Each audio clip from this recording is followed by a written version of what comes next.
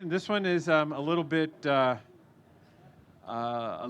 different than some of the ones that you've heard before, but I think it's going to be very interesting about simple ways to automate some of the things that we're doing in 2110.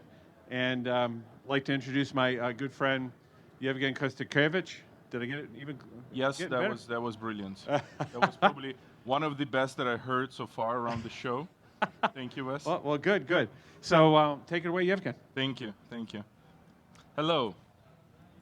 So, um, I'm a geek. I don't like doing things manually. I'm a very lazy and I'm a master procrastinator, so I really don't enjoy manual labor in a way. So when we thought about putting together the J10M program, we knew that network is going to be challenging because there will be a bunch of devices, there will be a bunch of things to manage, and the whole concept of how we did the testing was that there is a concept of a pod, testing pod, which is a separate VLAN and a separate subnet. I don't know which networking level you guys are, so I'm going to be going pretty fast because I'm limited time, so you can Google things afterwards and you'll get the presentation if you scan the badge and you can do your research.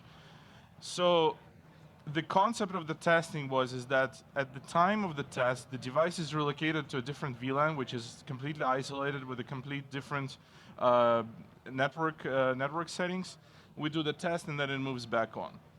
Unfortunately, though, networking devices can be a little bit intimidating in terms of CLI configurations. Not a lot of people are able to do it really in a fluent way, and we knew that it's going to be a challenge because we would only have this many networking people in the room. So every time we need to run a test, we'll go, hey, can you do that? And the person will go, log in, enable, password, config, port, switch port mode, access, VLAN, yada, yada, yada, and the vice versa when it happens back. So when the device goes back into the general testing area.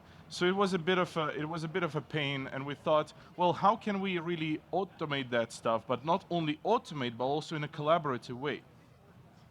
So in a nutshell, we all know that when system integrator comes in and does its job, so I explained to you the reasoning behind there, but I will also explain to you the whole reasoning, why would you like to automate stuff and why would you like to manage stuff in a central and collaborative way? Because we all know after the system integrator leaves the network like this, 2 days later, the network becomes something like this. That is real. I Googled it, of course. I've pirated the image. So I have no idea where that is, but it actually says, please do not touch the wires, and I can totally relate to that. And then a new system, and then the system engineer comes in, and you try to kind of, well, that's really a bummer, okay? You try to map things around, and you will end up with something like this, and you try to wrap your head around it, and it just doesn't work, and then you eventually give up, and you put a the spreadsheet on the wall that IP address 1, that stream playout stream 1, and then someone changes there, and the moment later this whole thing is obsolete and never updated. We all know how it works. And to address the topic of manual labor, we had to configure the switches for every single port and every single device. We had to go in and give a description. So when you log in into the switch and you do show interface 1, it will tell you the description that is user assignable. So when you try to troubleshoot stuff, you actually see what's connected there. And this is the steps that will take you to configure that. So you go configure Ethernet, interface Ethernet 1, description, yada, yada, yada, enter. And then you make mistake and you do it all over again. And you really have to do it like literally for every single interface. So again, it's something that you usually do, but I'm just lazy. I mean, come on. I just don't want, we really didn't want to do that. So we thought of a centralized but dynamic and collaborative way to do that. So multiple people when they make changes, because network in the J10M events is a special creature. One moment the device is connected here, but the other moment a person comes and well, I need another 400 gig ports, and there are no ports available in that switch. So can you move me completely to another switch? So the spreadsheet that we create for network design, again, it's just like that spreadsheet on the wall. It's obsolete 5 minutes later.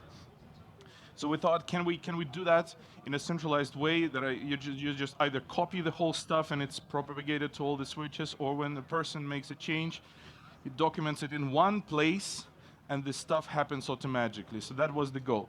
And it also, the troubleshooting tools were also a bit of a pain, because talking about obsoleteness of the spreadsheet, we all hope that it's there, the information is relative, but then you log in into the switch, it says device A, you log in into the switch and you see that the port is down and the SFP was pulled out, so the device A is never to be seen there.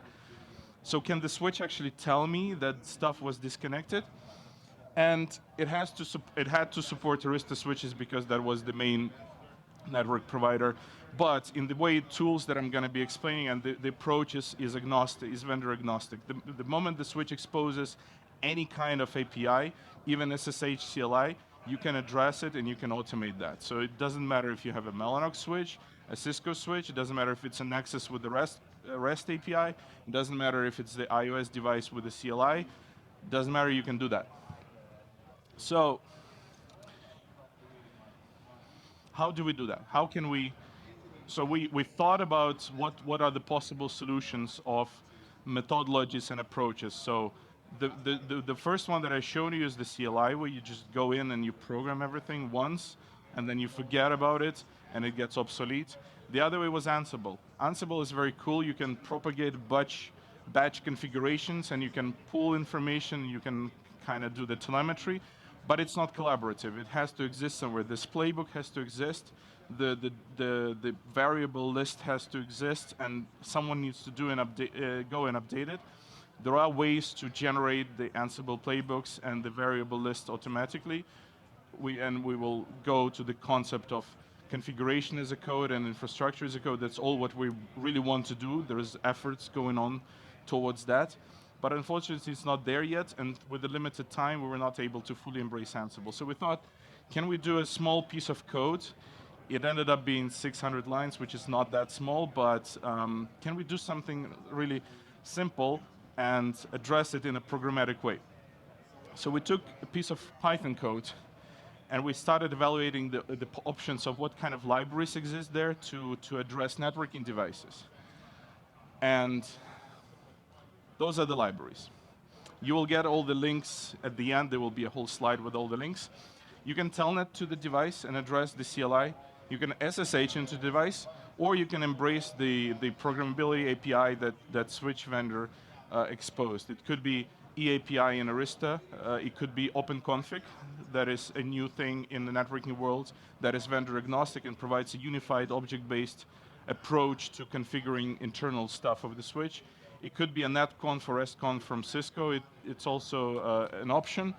So Arista actually created a Python library for their API, so it was kind of almost an obvious way, but I did test all of them before. So I'm going to show you code snippets of how it would look if you use one or the other, using just a simple show version command on the switch. So if anyone has any knowledge in networking or in Python, can you show me what's wrong? What's kind of it works, but why would this not be your best option? Okay, that's obviously a security threat. However, talking about a closed, very friendly environment in a box, that wasn't the main concern.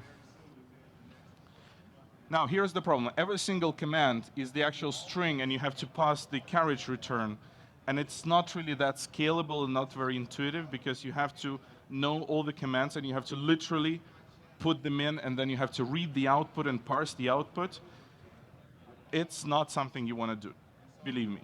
For something simple like show version, show running config, and then dump it to the file, this would work just fine. But for the stuff that we wanted to do, it was not scalable. So we moved on. And first thing that we wanted to address is telnet. Obviously, telnet is the plain unencrypted method of communication. We knew that eventually, if this thing gets to wider audience, there's going to be an issue because people just don't use Telnet. That's just not the best practice. It's disabled by default on multiple newer switches. So we move to SSH. Same thing. We just log into the switch, we invoke the shell, and same thing happens. We literally put in the commands and we press enter. And then we parse the output. So there was no change whatsoever except the change of the actual transport. So that was a no-go. Then there is another library. So this is the Paramiko library that just provides you with SSH functionality to the Python. And it doesn't have to be a network devices. You can control anything that exposes an SSH shell with this library. There is another library called NetMiko that is built on top of the Paramiko, but it also already creates, it's already tied to and tailored to the networking devices. So it gives you the ability to define what is the actual device that you're talking to, and the library will know what kind of a format of the commands and format of the output will be expected from the SSH shell of that particular device. So now I can just put in one command and I automatically parse the output. It all happens in the variables. This one is actually getting there and getting a little bit closer to being scalable, but you still need to address the actual command in a plain text. So next thing that I've used was the actual library that Arista provided. It's the eAPI library. And again, this is not to advertise their particular solution. It's also not what they currently recommend using for large-scale developments. They're moving to vendor-agnostic open config. And this is the thing that you really need to invest time learning if you're going to do that yourself. But this is how I did it, and this is what worked for us. So we decreased, again, the amount of code to a bunch of lines. We basically say connect. We create a class with the variables and the parameters that I put in. So the type of transport host, still not really that secure. You can steal that in the code. But now I can actually embrace the APIs. And in this case, I'm using a module that provides me with the raw input. So that's not the way to do that, but this is just an example of how you would do the same exact show version in three different libraries. So, okay, this is the demonstration of what happens behind the scenes. So what actually the library does for you. So the moment you execute a command using that library, it automatically getting parsed into the JSON request that gets towards the switch. The switch replies in a JSON way, and the library exposes it to you in a friendly way. So you actually skip the step of crafting the JSON, then parsing the JSON and importing the JSON into Python into a form of a dictionary. So that happens for you. You just access the data as it natively appears in your Python code. And that's actually the web interface that runs on the switch. So if you need to explore how you would actually do things using that library, it's available, it's out there. That was my test bench. For those not familiar, this software is called GNS3. It allows you to virtualize networking devices and network infrastructures. You can actually load the code itself, the firmware of the switch. So for Cisco, that's iOS V. That's the virtual version of iOS. They have ASA V, they have Nexus V, Nexus 9000 V. For Arista, that's VEOS. That's the same operating system that you would have on the actual switch. So any development, any configuration test that you will do there, you literally export the config, you put it in the switch, it works exactly as it would on a hardware switch. The things on the right are the Docker containers that the whole purpose of them, they were pinging the default gateway so I would get the MAC address table actually populated. And then the management switch was truncated into my local computer via the loopback interface, and I was able to access it from my ID. Now, embracing the collaborative tools. We're getting to the topic now. We talked about how we access the switch, then let's address how we do it in a collaborative and centralized fashion. There are a bunch of Python libraries that allow you to work with Google Spreadsheets. We specifically picked Google Spreadsheets as our method of keeping track of the data because multiple people were able to log in, change the stuff. So you have a list of interfaces, you have a list of descriptions that gets pulled back. It gets pulled back by the library. It gets crafted into the stuff that is accessible by API, and it's get pushed into the switches. So we're able to propagate the VLANs, the names of the VLANs, names on the interfaces, and the drop-down menu was generated from here. So the moment I need to move the device from the general network into the test pod, I just go click VLAN 40. 3 seconds later, it's propagated to the switch, and device is moved into the VLAN. No interaction with CLI whatsoever. It was really a time saver. So what happens here is we define the scope for the library, what we want to work with. I tell the library that I want to access my Google Drive, pull the actual spreadsheet, and work with it. Then I put in the credentials in a form of a JSON API token that you can create in your control panel of the Google API. It's free to use. You can try it. We'll talk about the caveats and limitations a bit later. And then I just say authorize, access, and access the data. So I specify which spreadsheet I want to access, and I specify which tabs on the spreadsheets I want to pull, and they're being pulled as variables that I can later access. Those will be the dictionaries, key value pairs that you can access in a native Python way. So all that you define in the spreadsheet gets put into a variable that you can work with programmatically. So afterwards, I wrote a few methods to actually do things on the switch, and this is where I will show you the beauty of the APIs. So this portion of code took the data from the variable and propagated the whole list of interfaces in what maybe eight lines of code. So that saves you enable, password, config, interface, Ethernet 1, description, yada, yada, yada, enter. Interface, Ethernet 2, description, yada, yada, yada, enter. 8 lines of code with the native set description method from the API. I just say set description, Ethernet this, value from the spreadsheet that I pulled earlier.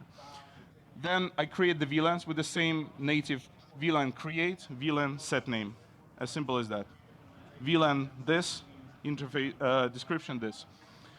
And then I set the interface VLAN with a little bit less obvious way, but you just set another API method for VLAN, access VLAN of the interface. Now, reading stuff from the spreadsheet was easier. Writing stuff to the spreadsheet is where things get tricky.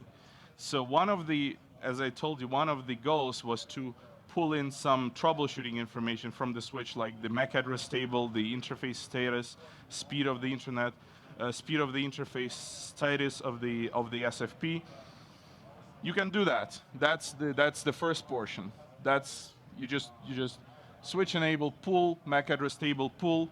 You put it in the variable. That's very easy. Here's the problem. You can only write with the native Python library that exists out there. You can only write to the Google spreadsheet either by accessing its precise index, so A1 or BC3, and that's just not scalable. You don't know how many interfaces will be pulled from the switch. You can't know in advance, so that will eventually break. However, unfortunately, you also can't draw a raw. So for example, if I say, here is my list of interfaces, now please propagate the column, I'm sorry, not the row, but the column that says MAC addresses, just put in the MAC address list. That's not gonna work. The only scalable, in a way to write to the Google Sheets using Python is row by row. So what I had to do, at the end, after pulling some information, I had a big dictionary with key value pairs that was a 2-dimensional matrix. So what I had to do, I had to flatten it into one big row, literally putting all the columns into rows, one big massive row, and then I defined the area on the spreadsheet, and it literally populated it just like a old way of line by line. So it was wrapping the line, It's it's very shaky. So that's the whole piece of code that does that. It's not optimal, but that's the way. If you think it through, the moment you change things and you want to add additional information, you'll have to modify that. For now, that was fine, but I'm just saying that there is a way. There is always a way. It's not optimal, but at the end, we kind of had to live with that. This was the result. So this is the output of the virtual instance of the switch. So you have like things like test physical ports, so they are not real Ethernet ports. But it was able to give me the list of the interfaces, what was the negotiation state of a trunking protocol, what was the current VLAN on the interface, what was the bandwidth of the port. Obviously, on the physical ports, you actually have like 10 gig, 100 gig, 25 gig. Then the duplex interface type, meaning the SFP type. Line protocol, was it up in a logical and physical way? So if, for example, physics is there but logic is not working, it will tell you. And also the MAC address table of those interfaces. So that was the main method, how I did it so those were the methods of the actual functionality. The main method was you create a class of the switch with the function with the login credentials that you put in, and then you log in, and that switch is now your variable, your class variable that has the methods of the API. So you just go switch variable names like spine1, spine2, then API, and the API method is really simple. And I've also introduced the argument parser. So when you start from the CLI, you kind of specify what you want to do. So for example, if I want to update only switch interface description once, I go dash interface names. It happens once, and then it just exits. But what about real-time update? What if I want to keep this thing running, and it will? The goal was that I don't have to execute the commands every time the change happens. I want the program. There was no way to tell the program that change happened, but there was a way to pull periodically the API, the Google API, and just parse everything, and it was comparing if the change happened, and then it was propagating only if necessary. And I quickly ended up with this. It's very small, but it actually says quota exceeded for quota group read group and limit of service sheets google.com. So on the free tier of a Google API, you only have this many API calls per second, both from the read side of things and from the write side of things. So you can only pull information and push information this many times per second before it fails miserably and just stops doing anything. So you have to catch that exception and actually do a waiting. So if I didn't know how many changes per second was happening, so I was just relying on the exception to be caught, and then just a random wait of 30 seconds was introduced. So the moment the thing broke, instead of just relaunching it again, I said just wait a little bit and then restart the whole thing again. It was a workaround, of course, on the paid tier. If you own the Google account with money on it, that's not going to be an issue. I have no idea how much it will cost you, but there is always an option. So at the end, I ended up with 5 terminals, just constantly talking to 5 switches and pulling data from different spreadsheets. There was a defined spreadsheet per switch. Yes, it's not that scalable yet. Yes, it's maybe not elegant, but it saved us maybe in total like 8 hours of time just managing that, and it saved us a lot of pain in troubleshooting and actually tracking the changes, because people don't talk to each other. That's normal, and they do things and they don't report and they don't document. So this thing was just sitting there doing its funny ways of life, and we were all happily executing tests in the meantime. That was I covered the device names because I didn't know if those devices ended up in the final report. But that was the actual report from the spine, and with the connected interfaces. Now you see the actual type of the SFP, the actual speed, the VLAN, and the MAC address table. If it wasn't there, it will tell you that the MAC address is not available, that it's not connected. Maybe the SFP is there, but there is no MAC address simply because the cable was pulled, or it failed, or the interface is shut down. It will also tell you if the interface is shut down. So I ended up with this CLI configuration that you can either tell it to do only one thing or multiple things once, or you can iterate it every n seconds. By default, it was 10, I think, but you can override that. You had to also provide the API JSON file, so it was scalable in that way. If someone pulls this code, the only thing that it needed is the API JSON and the configuration dictionary, which is a simple file like login that, password that, and it was kind of addressing the security. If you manage that in a more centralized way, that would be it. But at least they're not hard coded in the code anymore. So yes, it was a closed laboratory environment, but you can enable some other things to address that. Those are the links to the libraries that we experimented with. This is the actual link to the tool.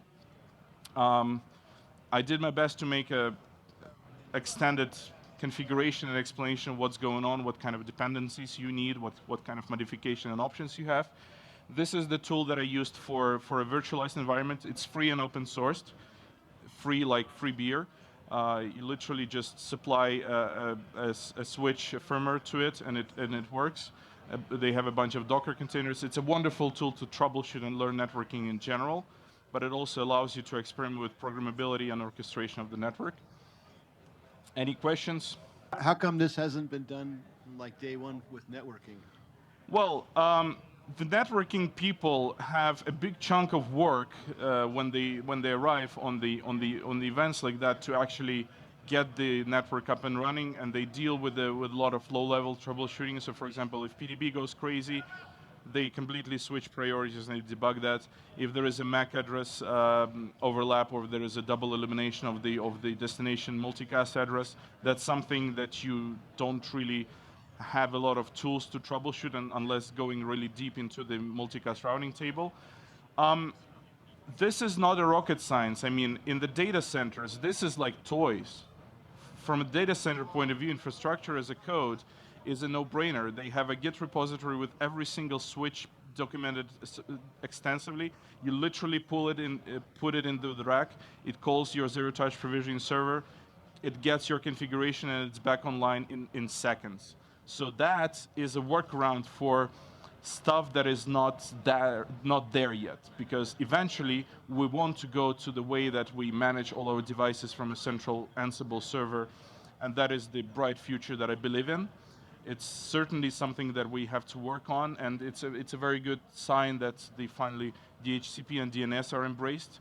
Whenever we embrace the programmability APIs, our life will become easier. Okay, very good. Thank you. Thank you very much.